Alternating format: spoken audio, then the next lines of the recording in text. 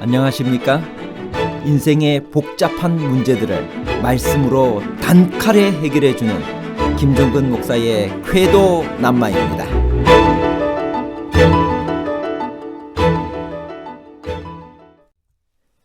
가나의 혼인잔치에서 예수께서 물로 만드신 것은 포도주인가요? 아니면 포도즙인가요? 만일 포도주라면 술을 금지하시고 사람이 모든 일에 절제하기를 원하시는 창조주께서 술을 만들어 권하시는 건가요? 주께서 만드신 것이 포도즙이라면 왜 연회장이 그걸 구분하지 못하고 좋은 포도주라고 칭찬했을까요? 이 성경절이 그리스도인도 술을 먹을 수 있다는 주장의 근거가 될 수 있나요?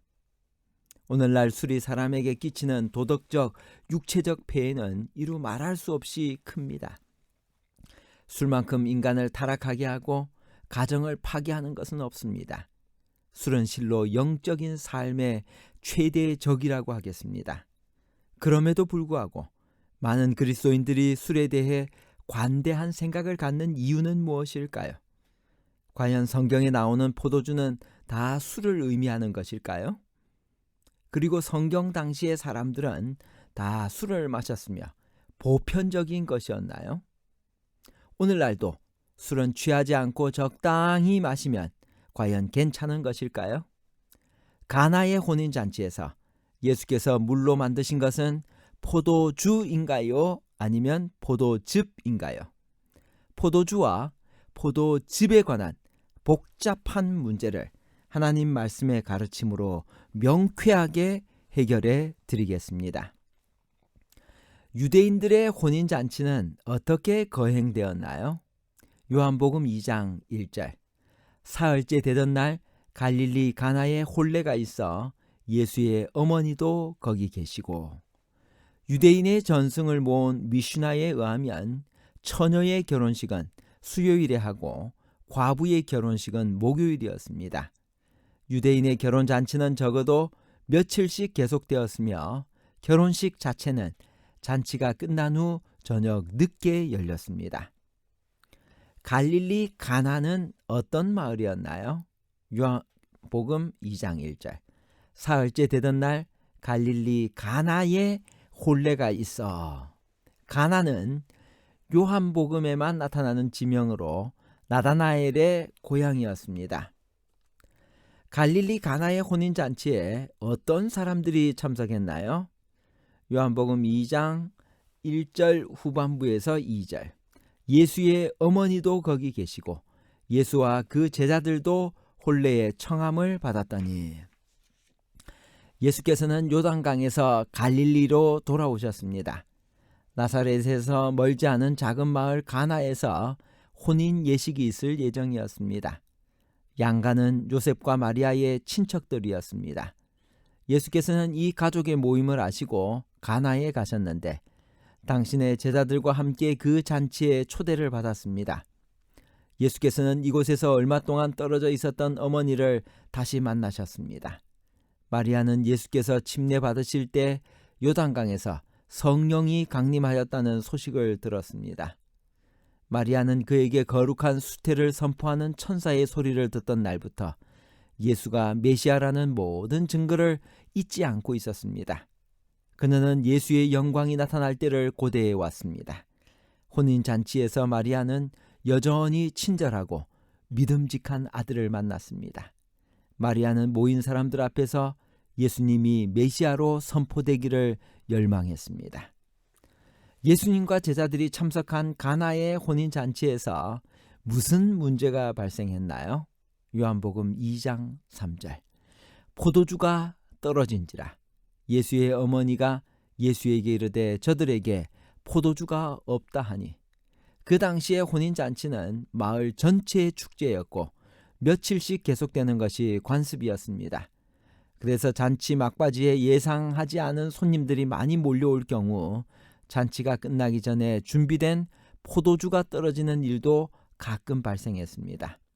포도주가 없는 것을 알게 되자 손님 접대에 책임을 맡은 것으로 보이는 마리아는 매우 당황하고 실망하게 되었습니다. 포도주가 없다는 것은 접대가 소홀하다는 표시로 보일 것이었습니다. 마음이 급해진 마리아는 예수님에게 저희에게 포도주가 없다고 말했습니다.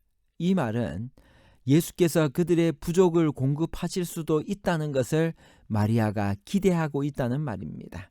그러나 예수께서는 여자여 나와 무슨 상관이 있나이까? 내 때가 아직 이르지 못하였나이다 라고 대답했습니다. 여기서 내 때가 이르지 아니하였다라고 말씀하셨을 때 때는 언제일까요?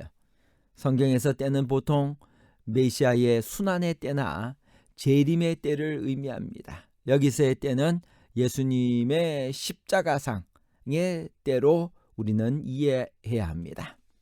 여자여 나와 무슨 상관이 있나이까? 라고 퉁명스럽게 말했는데 이 말의 의미는 무엇일까요? 마리아의 요청과 예수님의 대답은 언뜻 보면 동문서답인 것 같지만 사실은 위대한 구원의 이야기를 나누고 있는 것입니다. 예수님의 대답은 우리가 듣기에 퉁명스럽게 보이지만 냉정한 말이나 무례한 표현이 아닙니다. 구주께서 당신의 어머니에게 말씀하신 태도는 당시 동양의 관습에 일치하는 태도였습니다. 여자여라는 말은 당시 관습상 최상급의 공식적인 존칭으로 봐야 합니다. 마리아는 하인들에게 무엇이라고 말했나요? 요한복음 2장 5절 그의 어머니가 하인들에게 이르되 너희에게 무슨 말씀을 하시든지 그대로 하라. 예수님은 그 어려운 형편을 어떻게 도와주셨으며 그 결과는 무엇이었나요?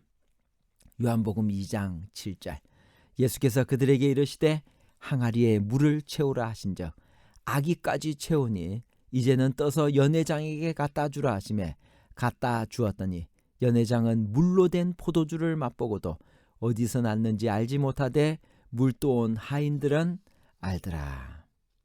물이 포도주로 변했다고 했는데 발효된 포도주인가요? 아니면 순수한 포도즙인가요? 요한복음 2장 10절 말하되 사람마다 먼저 좋은 포도주를 내고 취한 후에 낮은 것을 내거늘 그대는 지금까지 좋은 포도주를 두었도다 하니라. 여기에 포도주라고 번역한 헬라어는 오이노스입니다. 오이노스는 번역할 때 포도즙으로도 번역이 가능하고 포도주로도 번역이 가능합니다. 단어만 가지고는 구분할 수 없는 것입니다. 그러나 구약 성경에서 이스라엘에게 포도주는 거만케 하는 것이요 독주는 떠들게 하는 것이라 무릇 이에 미혹되는 자에게는 지혜가 없느니라고 잠언 20장 1절에 경고를 주신 분은 바로 그리스도셨습니다. 그러므로 그리스도께서 잔치에서 술을 준비하실 리가 없습니다.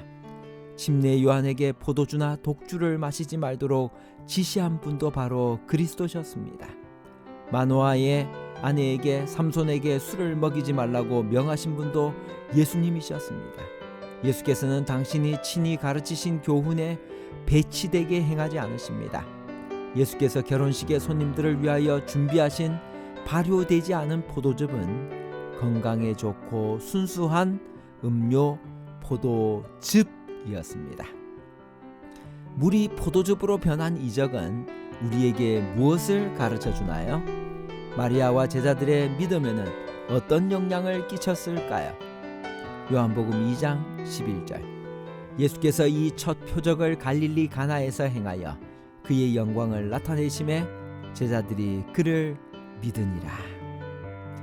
물이 담겨있던 돌 항아리는 유대교의 정결 의식에 쓰이는 물을 저장해 놓는 항아리였습니다. 물은 몸이 건조한 유대교를 대표합니다. 신선한 포도즙은 예수 그리스도로 말미암아 확립된 새로운 구원의 질서를 의미하며 피로 상징되는 새 언약을 나타냅니다. 그것은 포도즙처럼 달콤하고 향기로운 것이었습니다. 결론입니다. 첫 번째, 가나의 혼인잔치에서 예수께서 물로 만드신 것은 포도즙입니다. 두 번째, 신약 성경은 포도즙과 포도주를 구분하지 않고 포도에서 나오는 음료를 다 오이노스라고 불렀습니다. 그래서 우리는 성경에서 이것이 포도주인가 포도즙인가를 구분할 때는 그 문맥을 자세히 살펴보고 결정을 해야 됩니다. 셋째, 요한복음 2장에서 예수께서 하나님의 아들이심을 증명하는 구절은 5구절이 나옵니다.